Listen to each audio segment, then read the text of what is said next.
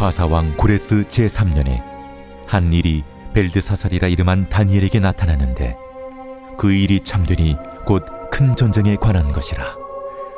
다니엘이 그 일을 분명히 알았고 그 환상을 깨달으니라.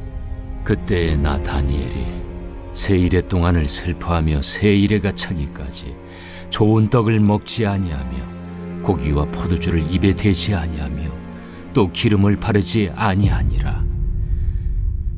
첫째 달 24일에 내가 히데겔이라 하는 큰 강가에 있었는데 그때 내가 눈을 들어 바라본즉 한 사람이 세마포 옷을 입었고 허리에는 우바스 숭금띠를 띠었더라.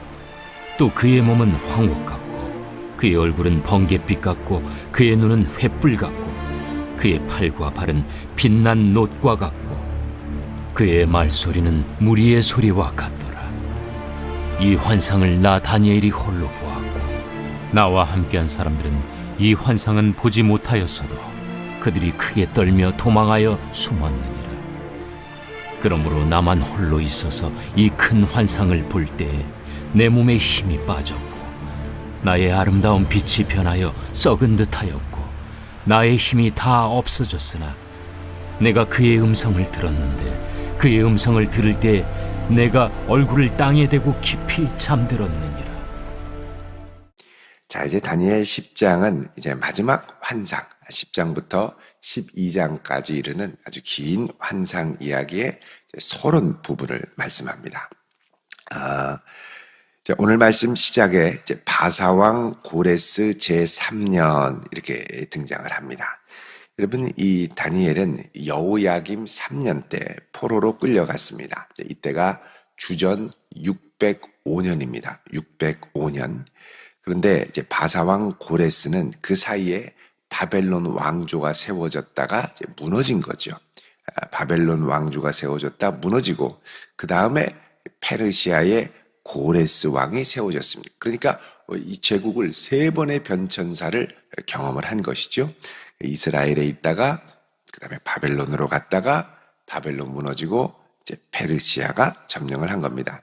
이 고레스 3년 이거는 이제 주전 536년이고 다니엘이 이제 포로로 끌려간 지 이제 거의 이제 그 해수라면 70년이 가까운 그러니까 포로로 끌려간 지 69년째 되는 해입니다. 그래서 요거는 이제 귀한으로 하면 1년 전. 그러니까 요 환상을 보고 다음 해에 이제 이스라엘 백성들이 포로 귀환이 이제 일어나게 되는데 이 바사왕 고레스 제3년에 한 일이 다니엘에게 나타났다 그럽니다. 이제 해석을 잘 해야 됩니다. 고레스 제3년에 한 일이 벨드사살이라 이름한 다니엘에게 나타났다. 제3년에 한 일이 아니라 제3년에 한 일이 다니엘에게 나타났다. 한 일이 이게 이제 정확하게 하면 한 말씀이 다니엘에게 나타났다 이렇게 되어 있습니다. 그래서 이 일이라는 말이 히브리어로 다바르 그래서 말씀이다 이렇게 되어 있죠. 그래서 영어 성경에는 a word 이렇게 되어 있습니다. a word 한 말씀이 was revealed 다니엘에게 계시되었다 이런 뜻이죠. 그러니까 제국이 바뀌고 환경이 바뀌어도 다니엘은 변함없이 하나님의 말씀을 의지하고 붙들었고 이 격변의 시대에 끝까지 의지할 수 있는 것은 오직 말씀뿐임을 그의 삶을 통하여 붙들었습니다. 보여주었습니다. 여러분 한 사람이 환경이 바뀌면 끝까지 그 말씀에 신실하기가 참 쉽지 않습니다. 끝까지 그 말씀을 붙들고 그 말씀을 묵상하고 그 말씀에 붙들림 바 되어 산다. 참 귀한 일이죠. 우리가 예를 들어서 우리 고3 학생들 자녀들 이제 그때까지는 시험 보고 앞에까지는 끝까지 기도하는데 대학생이 딱 돼서 진학을 했다. 그러면 내가 더 열심히 하나님 말씀을 붙들고 더 열심히 살아야지라고 생각하는 극소수의 무리가 있고 나머지는 자유다. 하고 싶은 대로 하자. 하고 싶은 거 실컷 해보자. 그러면서 하나님 말씀을 제쳐두고 가는 거죠. 그러니까는 여러분 우리가 이제 말씀을 중심으로 잡을 때 흔들리지 않고 끝까지 바르게 갈 수 있는데 말씀을 제쳐놓고 모든 걸 제쳐놓고 나 하고 싶은 대로 가자 그러면 결국은 내 욕심 따라 욕망 따라 가다가 엉뚱한 데로 갈 수가 있습니다. 그래서 이 다니엘은 끝까지 신실하게 하나님의 말씀, 왕들이 환상을 풀어주면 너에게 모든 걸 해주겠다 하고 여러 가지 제안을 했겠습니다만 그런 거에 아랑곳하지 않고 다니엘은 끝까지 하나님의 말씀 편에서 중심을 잡고 가죠. 여러분, 이것이 우리 인생 가운데 또 동일하게 나타날 수 있기를 축원드립니다. 많은 환경의 변화 가운데 어떨 때는 말씀을 붙들었다가 어떨 때는 말씀을 제쳐뒀다가 이 기복이 있는 게 아니라 이제부터는 끝까지 하나님의 말씀에 신실하게 붙들려 살아가는 삶. 여러분, 이런 인생 될 수 있기를 축원드립니다. 제일 복된 인생이 이런 인생이죠. 다니엘은 끝까지, 그러니까 10장까지 나오죠. 중간에 끝났다 하고 제쳐두면 다니엘서는 9장까지 하다가 끝나버립니다. 끝까지 우리 인생의 마지막을 말씀을 붙들고 끝까지 가는 거죠. 자, 이 말씀이 등장을 했는데, 계시됐는데 그 일이 참되니 곧 큰 전쟁에 관한 것이라. 자, 앞으로 닥쳐올 큰 전쟁에 관한 것을 하나님이 다니엘에게 말씀을 하셨습니다. 여러분, 이제 요때가 이제 그 실질적으로 가면 유다의 포로가 이제 그 고레스가 시작이 되면서 이제 돌아가라고 하고 이제 성전을 이제 재건을 막 시작을 하면서 반대로 중단이 되는 시기이기도 합니다. 그래서 이게 이제 여러 가지로 이제 겹치게 되는데 요럴 때 사실은 이제 현장에 있는 이스라엘에 있는 사람이나 또 바사, 페르시아에 있는 사람이나 다 기도해야 하는 것이죠. 자, 그럴 때 하나님께서 큰 전쟁에 관한 일을 다니엘에게 보여주십니다. 그러니까 여러분, 하나님께서는 자기의 마음을 이렇게 털어놓고 싶은 사람이 있는 것 같아요. 하나님의 마음을 보여주고 그분의 마음을 깨닫게 하고 누구에게 전심으로 하나님을 바라보고 하나님의 의를 구하고 또 하나님이 보여주시는 것에 대해서 같이 아파하고 그것을 위해 같이 기도하고 그러는 사람들. 하나님이 보여주시기는 했는데 하나님은 그렇게 하실려나 보다 하고 가만히 있으면 안 되겠죠. 여러분, 다니엘 9장 앞을 보면 이 다니엘 9장에도 어마어마한 환상을 하나님이 보여주셨는데 다니엘이 9장 2절에 말씀을 깨닫고 그 다음에 3절에 어떻게 합니까? 금식하며 베옷을 입고 죄를 덮어쓰고 주 하나님께 기도하며 간구하기를 결심하고. 그러니까 다니엘은 하나님이 말씀을 보여주시면 그 말씀에 대해서 책임 있게 응답할 수 있는 사람이었습니다. 그는 말씀을 보여주시는 것으로 끝, 내가 이거 알아, 다른 사람에게 좀 알려줘야지 하고 끝이 아니라 이것을 갖고 하나님께 기도하고 간구하고 탄식하고 금식하고 하면서 하나님의 긍휼을 전심으로 구할 수 있었던 그런 믿음의 사람이었습니다. 여러분, 여기서도 그렇습니다. 자, 하나님이 엄청난 일을 보여주시니까 1절 끝에 다니엘이 그 일을 분명히 알았고 그 환상을 깨달으니라 그러죠. 깨달았습니다. 깨달은 다음에 어떻게 합니까? 2절에 보면 그때에 나 다니엘이 세 일의 동안을 슬퍼하며 큰 슬픔 가운데 세 일해가 자기까지 떡을 먹지 않고 금식한 겁니다. 고기와 포도주를 입에 대지 않고 또 기름을 바르지 아니하니라. 자기를 치장하지 않았습니다. 그래서 이제 깨닫고 슬퍼하며 금식하며 기도하는 백성, 바로 다니엘이죠. 그래서 여러분, 이제 하나님께서 우리에게 말씀을 깨닫게 하실 때 이 깨달은 말씀을 갖고 그냥 그렇구나 하고 끝나는 게 아니라 이 말씀을 붙들고 하나님 앞에 책임 있게 응답하며 기도하는 정도로까지 나아갈 수 있기를 바랍니다. 그럴 때 하나님은 그 마음을 더 보여주시고 애통하고 안타까워 기도하는 이들을 향하여 하나님의 마음을 더 보여주시고 더 깊은 친밀한 교제로 우리를 초대하시고, 그래서 영적인 교제가 이거로 말미암아 더 깊어지는 역사가 일어나게 됩니다. 자, 이렇게 기도하는데 4절에 첫째 달 24일에, 자, 24일, 1월 24일입니다.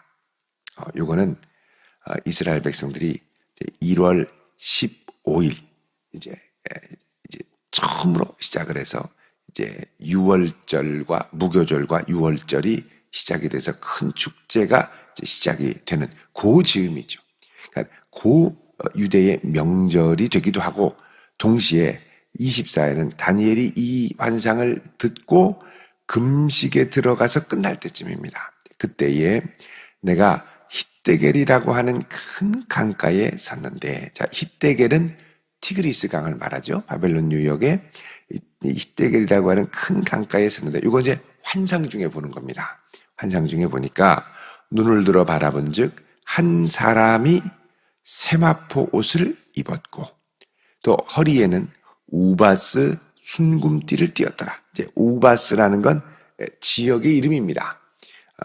옛날에 이제 이 순금은 오빌의 순금, 그래서 오빌 지역이 아주 유명했는데, 그런 것과 같이 이 바사 지역에 우바스라고 하는 아주 이제 금이 잘 나는 이 지역의 띠. 그러니까 요거는 이제 하여간 이 우바스 지역에서 나는 것과 같은 아주 좋은 순금띠, 그런 것과 같은 순금띠를 띠었고, 또 그의 몸은 황옥 같고 얼굴은 번갯빛 같고 그의 눈은 횃불 같고 그의 팔과 발은 빛난 놋과 같고 그의 말소리는 무리의 소리와 같더라. 자, 말하는 게 무리의 소리와 같더라는 건 많은 사람이 큰 함성으로 동시에 외친다고 생각해 보십시오. 얼마나 우렁차고 큰 소리가 나겠습니까?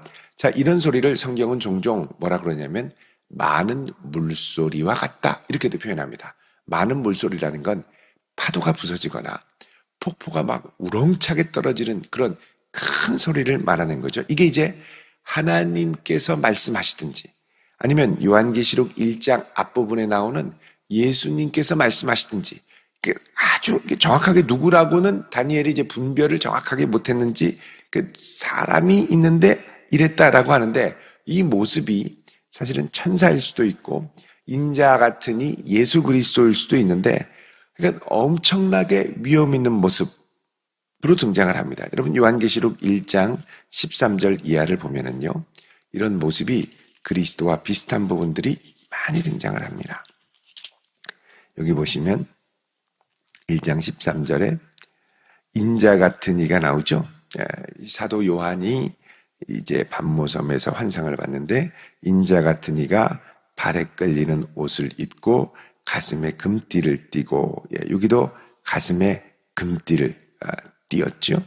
그리고 눈은 불꽃 같고 발은 주석 같고 음성은 많은 물소리와 같다, 이렇게 나옵니다. 그러니까 이런 모습이 다니엘서에 나오는 모습과 매우 유사하다라는 걸 알 수가 있죠. 그러니까 이게 이제 성자 하나님 그리스도께서 다니엘에게 나타나셨을 수도 있고, 아니면 이런 것과 같은, 이런 예수님의 위험 있는 모습과 같은, 성경에 보면 또 아주 큰 힘센 천사라고 등장을 합니다. 가브리엘과 같은 그런 천사일 가능성도 있습니다. 어쨌든 계시의 전달자로 등장을 합니다. 자, 엄청난 신적 권세를 가진 자가 등장을 해서 나타납니다. 7절에 이 환상을 나 다니엘이 홀로 보았고, 이 위험 있는 모습을 주변에 있는 다른 사람들은 아무도 보지 못하고, 단 나와 함께한 사람들은 이 환상은 보지 못하였어도 엄청난 일이 일어나는 걸 직감을 하고 하나님의 임재를 느끼는 거죠. 그러면서 무섭다, 그래서 크게 떨며 도망하여 숨었느니라. 그러니까 이제 이 사도 바울이 다메섹에서 이제 그리스도인들을 잡으러 가려고 할 때 하늘에 큰 빛이 나면서 사도 바울은 그리스도를 보게 되었고, 그다음에 주변에 있는 사람들은 보지는 못했지만 소리만 들었다고 그러죠. 그러니까 하나님께서 다니엘에게만 그분의 직접적인 모습을 보게 하셨습니다. 8절에 그러므로 나만 홀로 있어서 다른 사람 다 도망갔고 이 큰 환상을 볼 때에 내 몸에 힘이 쭉 빠지고 나의 아름다운 빛이 변하여 썩은 듯하였고 그 영광의 광찬란한 모습에 비교할 때 자기는 아무것도 아닌 거죠. 나의 힘이 다 빠졌으니 내가 그의 음성을 들었는데 그의 음성을 들을 때에 내가 얼굴을 땅에 대고 깊이 잠들었느니라 그럽니다. 자, 이 어마어마한 이 위험과 임재 앞에 벌벌벌 떨면서 거의 죽은 사람과 같이 쓰러지게 되었고, 자, 이렇게 쓰러지게 되었을 때 하나님의 음성이 다니엘에게 임합니다. 그러니까 다니엘이 지금 이 순간 하나님의 임재 앞에 나아가 말씀을 들을 때는 자기 힘과 능력으로 저항할 수 있는 것이 아무것도 없고 어떤 상태냐? 주여 말씀하소서 내가 듣겠나이다. 이런 상태로 완전히 쓰러지게 된 겁니다. 그러니까 이것 자체가 이제 뭘 의미하냐? 다니엘 개인이 감당할 수 있는 계시의 수준을 넘어가는 하나님의 열방 경영에 대한 큰 환상을 보여준다라는 걸 의미하는 거죠. 그래서 이제 보통 이런 큰 환상 앞에 엎드려서 거의 쓰러져 죽는 것과 같은 현상. 요한계시록을 받은 사도 요한도 밤모섬에서 거의 쓰러지게 됐죠. 그러자 어떻게 합니까? 예수님께서 요한의 몸을 어루만지면서 힘을 내라 하고 일으키시죠. 손을 대고 어루만지는 이 장면을 이단들은 안수한 거다. 그래서 이 시대의 새 요한은 우리 선생님인데 직접 천사에게 안수를 받았다. 엉뚱한 이제 해석으로도 넘어갑니다. 어쨌든 감당할 수 없는 음성을 듣고 쓰러져 있는 상태에서 하나님의 계시의 말씀이 이제 다니엘에게 임하게 되죠.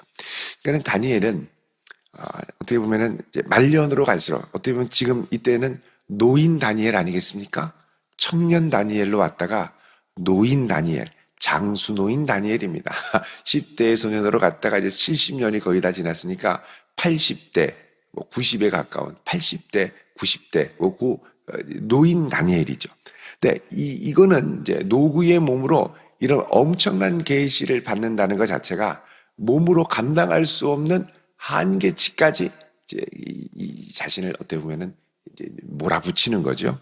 자, 여러분 다니엘은 인생의 말년까지 하나님을 향해서 치열하게 살았던 분입니다. 그 계시를 감당하고 그 계시를 위하여 눈물 흘리며 중보하며 기도하며 하나님의 역사가 이루어지기를 위해 몸부림쳤던 다니엘. 그러니까 여러분 우리 인생도 그렇죠. 아이고 이제 내가 하고 싶은 거 다 했다. 할 거 없다. 다 끝났다. 그러면 그 다음부터 인생이 삶이 상당히 무력해집니다. 여러분 은퇴하고 나는 저 바닷가에 그림 같은 집을 짓고 살아야지. 얼마나 좋습니까? 그림 같은 집일수록 유지 보수가 힘들다는 거 아십니까? 얼마나 힘들지. 맨날 페인트 칠해야 되고 그 놀러 오는 사람도 없고 되게 심심해요. 그래서 그림 같은 집 짓지 말고 노년이 갈수록 주 앞에 치열하게 기도하며 매달리리라. 이런 꿈을 좀 야무지게 가질 수 있기를 바랍니다. 하나님 앞에 기도하고 내게 주신 말씀으로 몸부림을 치며 끝까지 하나님 앞에 발버둥 치며 금식하며 눈물로 기도하며 여러분 이 노인께서 팔순 노인께서 3주간 금식을 하셨어요? 보통 그러잖아요. 금식은 젊을 때 해야지. 나이 들어서 하면 못 망친다. 그래서 체력도 딸리고. 그런데 이게 감당할 수 없는 어마어마한 이 계시 앞에 이 팔순의 이 다니엘이 하나님 앞에 엎드려 정말 기도하더라니까요. 그러니까 정말 하나님께서 내게 주신 사명이면 내가 무엇이든 주 앞에 나를 내던지리라. 이게 끝날까지 있었던 겁니다. 그러니까 주님께서 나를 요단강 건너 부르실 때까지 이 기도하며 하나님의 말씀을 갖고 치열하게 몸부림치는 이 사명을 정말 아름답게 감당하는 거죠. 그러니까 청년 때 전성기 때 하고 아유 옛날에 내가 그랬을 때가 있었었지가 아니라 끝날까지 치열하게 주 앞에 몸부림치다 갔다라는 겁니다. 여러분 우리의 생이 하나님 앞에 끝까지 이렇게 쓰임받을 수 있기를 바랍니다. 주님, 변함없이 하나님을 향하여 치열하고 하나님의 말씀을 향하여 치열하게 붙들고 기도하며 통회하며 중보하며 살아갈 수 있는 그런 아름다운 믿음의 선배로 서게 하옵소서. 이런 성도 될 수 있기를 주의 이름으로 축원드립니다. 기도하겠습니다. 거룩하신 아버지 하나님, 젊을 때부터 팔순의 노년에 이르기까지 치열하게 하나님 앞에 눈물로 기도하며 몸부림쳤던 다니엘의 모습을 바라봅니다. 주님, 저희도 그렇게 사용하여 주시옵소서. 예수님의 이름으로 기도드립니다. 아멘.